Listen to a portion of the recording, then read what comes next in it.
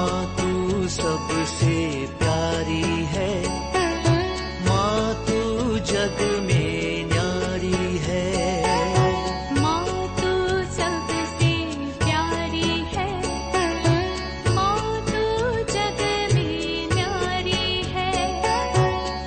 अपने आंचल में रखना, अपने आंचल में रखना। हमें वरदानों से भरना। माँ तू सबसे प्यारी है, माँ तू जग में न्यारी है। माँ तू सबसे प्यारी है, माँ तू जग में न्यारी है। Mr. Rajan Samuel, a great missionary in Hindi heartland, first class with distinction.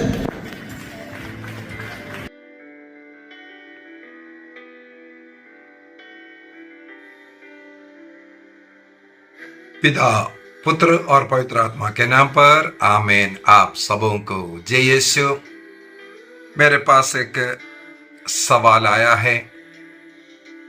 कुरिन्थियों का पहला पत्र अध्याय 1 वाक्य 21 को थोड़ा सा समझाने के लिए मेरे से आग्रह किया है। आग्रह कर करके मेरे ख्याल में 1 महीने से ऊपर हो गया। आज मैं इस क्लास के द्वारा इसको समझाना चाहूंगा।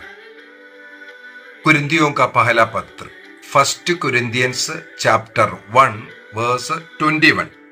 सबसे पहले मैं उसको थोड़ा सा पढ़ना चाहूंगा। ईश्वर की प्रज्ञा का विधान ऐसे था कि संसार अपने ज्ञान द्वारा ईश्वर को नहीं पहचान सका। ईश्वर की प्रज्ञा का विधान ऐसा था कि संसार अपने ज्ञान द्वारा ईश्वर को नहीं पहचान सका। इसलिए ईश्वर ने सुसमाचार की मूर्खता द्वारा विश्वासियों को बचाना चाहा। सुसमाचार की मूर्खता द्वारा विश्वासियों को बचाना चाहा। इस वचन को चाहे 10 बार या 50 बार पढ़ लें, हम आधा अधूरा ज्ञान लेकर के बैठेगा। यदि इस वचन को अच्छी तरह समझना है, कम से कम वाक्य 18 से लेकर के 31 तक ये पूरा पैराग्राफ हमें पढ़ना पड़ेगा, तब थोड़ा बहुत इस बात को समझ में आएगा। वाक्य 18 से लेकर के 31 तक के वचन के आधार पर मैं कुछ बातें यहां समझाना चाहूंगा। सबसे पहली बात, आजकल संसार तो इतना ये दुनिया में आ गया, चांद पर चढ़ गया। टेक्निकल साइड से हो या अन्य किसी भी साइड से देखें, दुनिया बहुत ज्यादा एडवांस हो गया। इस युग अपने को वेल एडवांस्ड युग समझते हैं। इतना अधिक ज्ञान बुद्धि मेरे विचार में इससे पहले नहीं होगा, है ना। कृत्रिम जो रीति से मनुष्य की बुद्धि के साथ कंपटीशन करने वाला ये टेक्नोलॉजी आ गया। कई चीजें एक के द्वारा फाइंड आउट कर रहा है। इसलिए संसार आज प्रज्ञा में, ज्ञान में थोड़ा सा एडवांस हो गया करके अपने को समझते हैं। यहां यदि हम पढ़कर के देखें, इन भागों को हम पढ़कर के देखें, वहां पर बार बार प्रभु कुछ बात हमें समझाते हैं। मैं एक आधा वचन को समझाते हुए इसको समझाना चाहूंगा। वहां पर जो लिखा हुआ है पढ़ता हूं। वाक्य 19 में लिखा है, मैं ज्ञानियों का ज्ञान नष्ट करूंगा, मैं ज्ञानियों का ज्ञान नष्ट करूंगा और समझदारों की चतुराई व्यर्थ कर दूंगा। उसी प्रकार वाक्य 27 में जाते हैं। वाक्य 27 में लिखा है, ज्ञानियों को लज्जित करने के लिए ईश्वर ने उन लोगों को चुना है जो दुनिया की दृष्टि में मूर्ख है। शक्तिशालियों को लज्जित करने के लिए उसने उन लोगों को चुना है जो दुनिया की दृष्टि में दुर्बल है। गण्यमान्य लोगों का घमंड चूर करने के लिए उसने उन लोगों को चुना जो दुनिया की दृष्टि में तुच्छ और नगण्य है, जिससे कोई भी मनुष्य ईश्वर के सामने गर्व ना करे। ध्यान से ये बात हमारे मन में बिठाना बहुत जरूरी है। उसी ईश्वर के वरदान से आप लोग ईसा मसीह के अंग बन गए हैं। ईश्वर ने मसीह को हमारा ज्ञान, धार्मिकता, पवित्रता और उद्धार बना दिया है। इसलिए धर्म ग्रंथ में लिखा है, यदि कोई गर्व करना चाहे तो वह प्रभु पर गर्व करे, अपने बुद्धि पर नहीं। हम लोगों ने क्या क्या फाइंड आउट किया, कहां आसमान तक चढ़ गया, इस पर नहीं। जब मनुष्य इस प्रकार घमंड गर्व करते हैं, भूल जाते हैं उस चांद को बनाने वाला, उसकी सृष्टिकर्ता को, इस आकाश को बनाए रखने वाला, इस प्रकृति को बनाए रखने वाला, उस सृष्टिकर्ता को भूल जाते हैं, अपने बुद्धि, अपने घमंड में हो जाते हैं। इसलिए ये बात हमें समझने की जरूरत है। तब हमें ईश्वर के उस कार्य को, जो सुसमाचार के, जो मूर्खता की जो बात करते हैं, वो हमें समझ में आएगा। संत पौलुस सबसे पहले ये कहते हैं कि सबसे महत्वपूर्ण सत्य है परमेश्वर और उद्धार मानव बुद्धि से नहीं है, बल्कि वो सुसमाचार को जानने के द्वारा ही मिलेगा।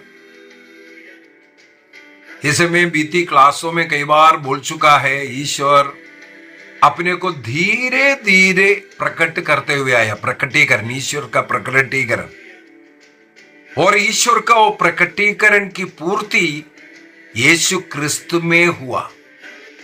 यीशु क्रिस्त के द्वारा, ईसा मसीह के द्वारा हम ईश्वर को जानने का हम लोगों को कृपा मिला है। ईश्वर को जानने के लिए ईश्वर को लोग खोज रहा है। अपने अपने बुद्धि के अनुसार मनुष्य किसी जानवर को ईश्वर मानना, पेड़ पौधों को, प्रकृति को सब ईश्वर मानना शुरू किया, क्योंकि लोगों का बुद्धि इतना भ्रष्ट है, वो उस सत्य ईश्वर को जानने में असमर्थ होता है।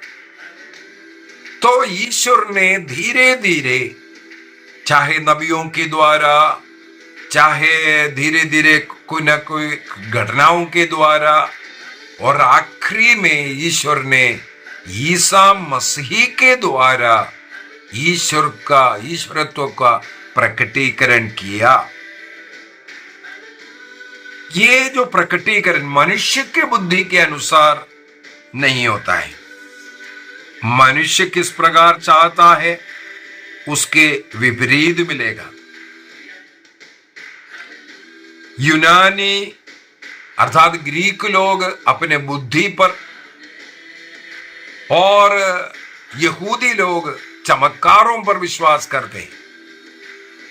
अपनी बुद्धि और चमत्कार को देख करके नहीं, बल्कि ईश्वर को जानने के लिए, ईश्वर को समझने के लिए, अपनाने के लिए एक तरीका है सुसमाचार, क्रिस्त के द्वारा मिलने वाला। यूनानी कहते हैं यदि हम ईश्वर में विश्वास करना है तो ईसा मसीह अगर ईश्वर है तो मर कैसे गए? ईश्वर तो मर नहीं सकता।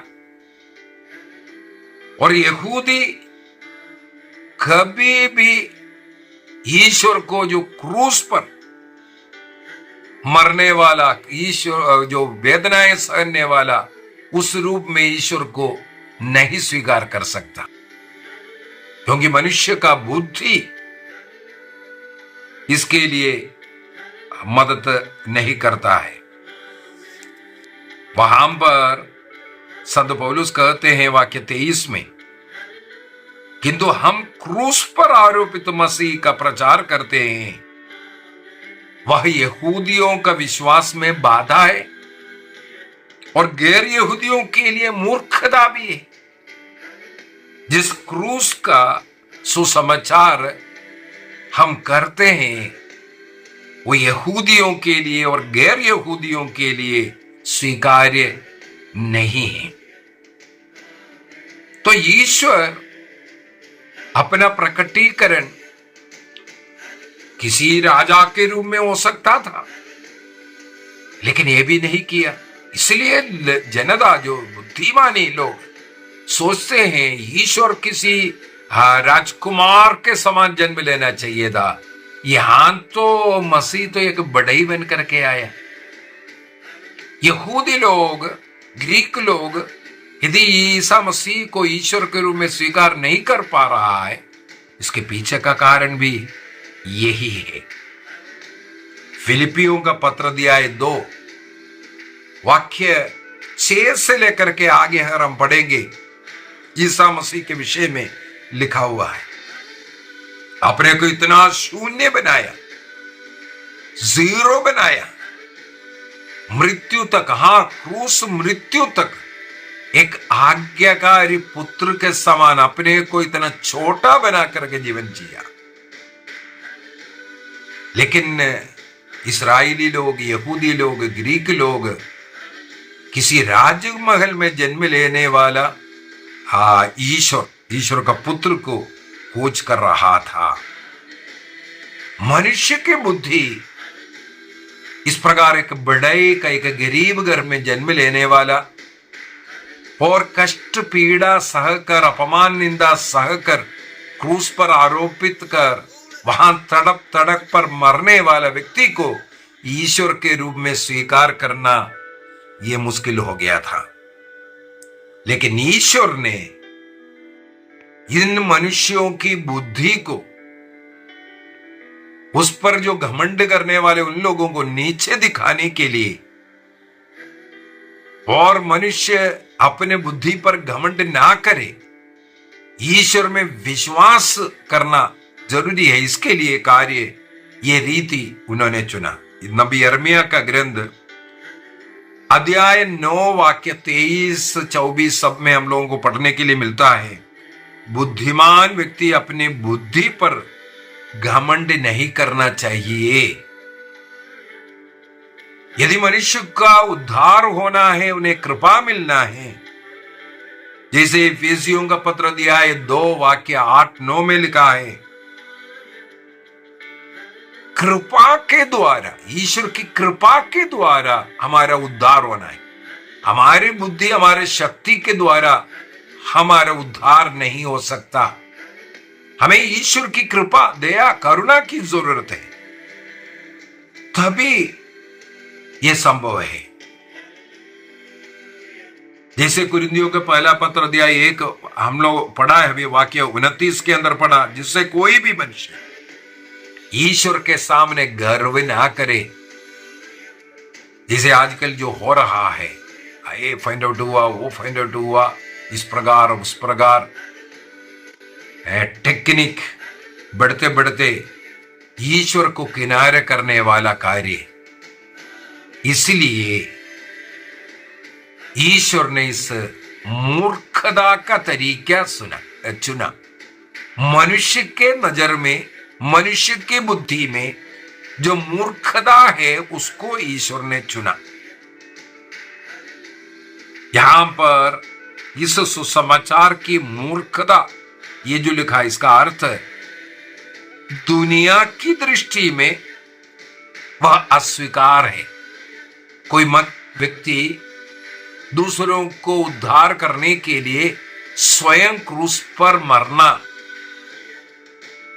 और जो गलती कर रहा है उन्हें क्षमा करना, शत्रुओं को भी प्रेम करना, ऐसी जो शिक्षा, ऐसी जो स्वभाव, अन्य लोगों को बचाने के लिए उनके पापों को अपने ऊपर उठाकर उन पापों का प्रायश्चित कर मरना, ये दुनिया की बुद्धि में अस्वीकार्य चीज है, वो मूर्खता है। संत पौलुस इसलिए यहां पर लिखा हुआ है सुसमाचार की मूर्खता ईश्वर ने चुना है। इसका मतलब है ईश्वर ही मनुष्य बना था, वह एक कुंवारी से जन्म लिया था, मानव जाति के पापों को अपने ऊपर स्वीकार कर, मनुष्य का पाप मनुष्य पर डालकर वो क्रूस पर उससे लेके गया, उसके लिए प्रायश्चित किया, मर गया और तीसरे दिन जी उठा। इस कार्य के द्वारा मानव जाति को उद्धार दिया। ये ईश्वर का मूर्खतापूर्ण है, जो मनुष्य की दृष्टि में जो मूर्खतापूर्ण कार्य था, लेकिन उसी के द्वारा ही आज संसार को मुक्ति मिला है। इसलिए सुसमाचार की मूर्खता लिखा है। आज लोग बोलेंगे पाप के लिए ऐसा कोई प्रायश्चित करने की जरूरत नहीं, उसके लिए क्रूसदंड की जरूरत नहीं,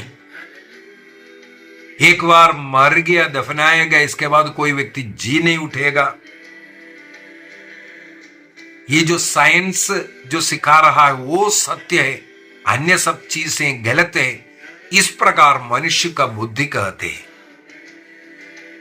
लेकिन हमें मालूम है यीशु क्रिस्त कुंवारी में जन्म लेना, ये उस समय तक का साइंस उसको स्वीकार ही नहीं कर सकता।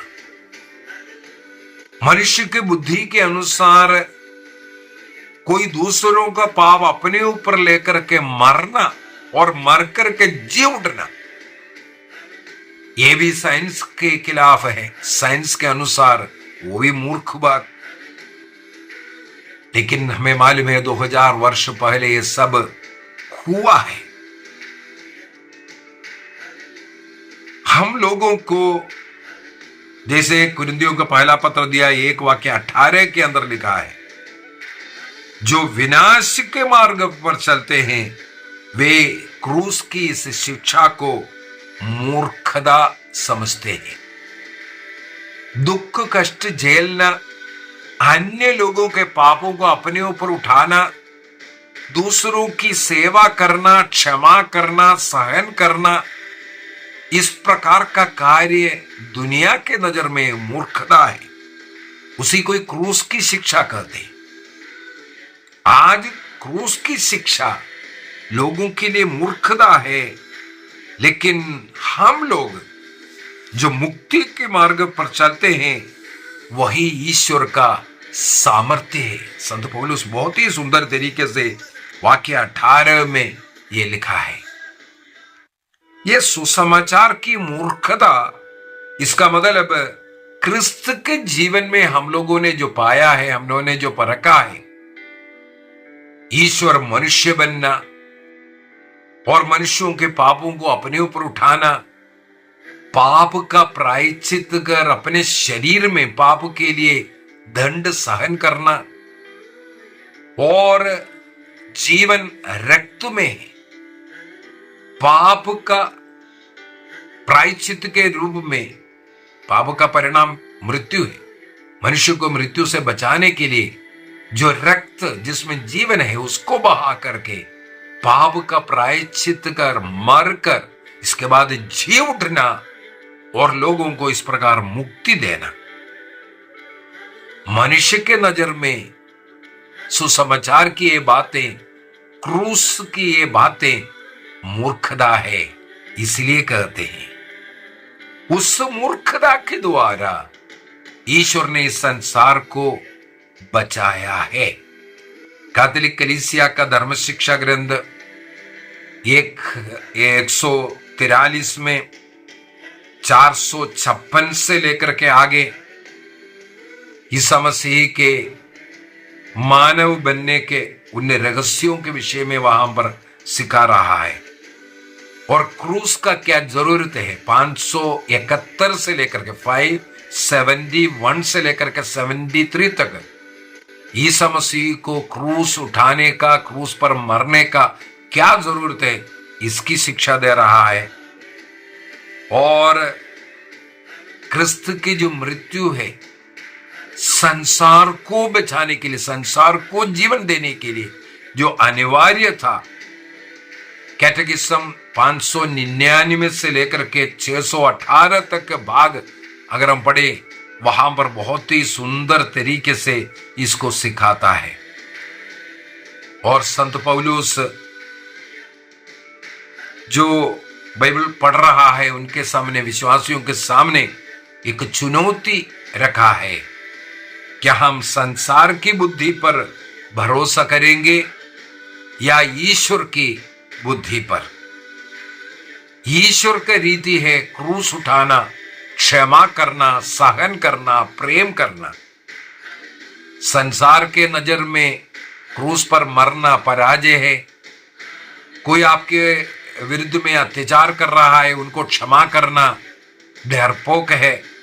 इस प्रकार का विचार और सुसमाचार के द्वारा देने वाला क्षमा, सहन, प्रेम मूर्खता लगता है।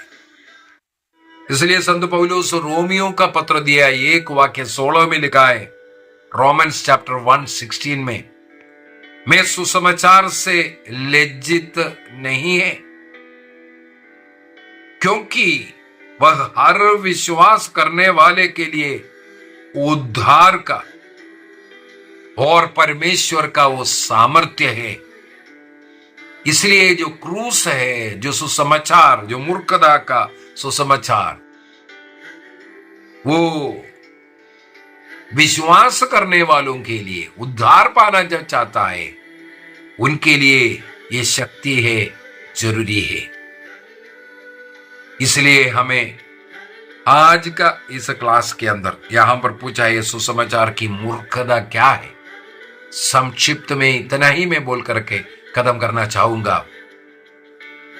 सुसमाचार की मूर्खता जो जानना चाह रहा था वो है क्रिस्त का वो जो जीवन, जन्म लिया गरीब बन करके और अन्य लोगों का पाप अपने ऊपर उठा करके उस पाप का प्रायश्चित करना, शरीर में दुख भोग, अपमान, निंदा और मृत्यु के द्वारा संसार को मुक्ति देना, ये सुसमाचार, क्रूस के द्वारा मुक्ति मिला, ये सुसमाचार संसार के लिए मूर्खता है, लेकिन हम लोगों के लिए वो शक्ति है। मेरे विचार में इस भाग का क्या अर्थ है आप समझ गया होगा। आइए हम अपनी आंखें बंद करें, प्रभु को धन्यवाद देंगे सत्य विश्वास में रहने के लिए। ईश्वर ने हमारे सामने रखा हुआ है सुसमाचार की मूर्खता, वो हमारे लिए शक्ति है। संसार को उसके द्वारा मुक्ति मिला है। जो मानव बुद्धिमानी समझते हैं उनके लिए सुसमाचार की ये बातें मूर्खता लगेगा।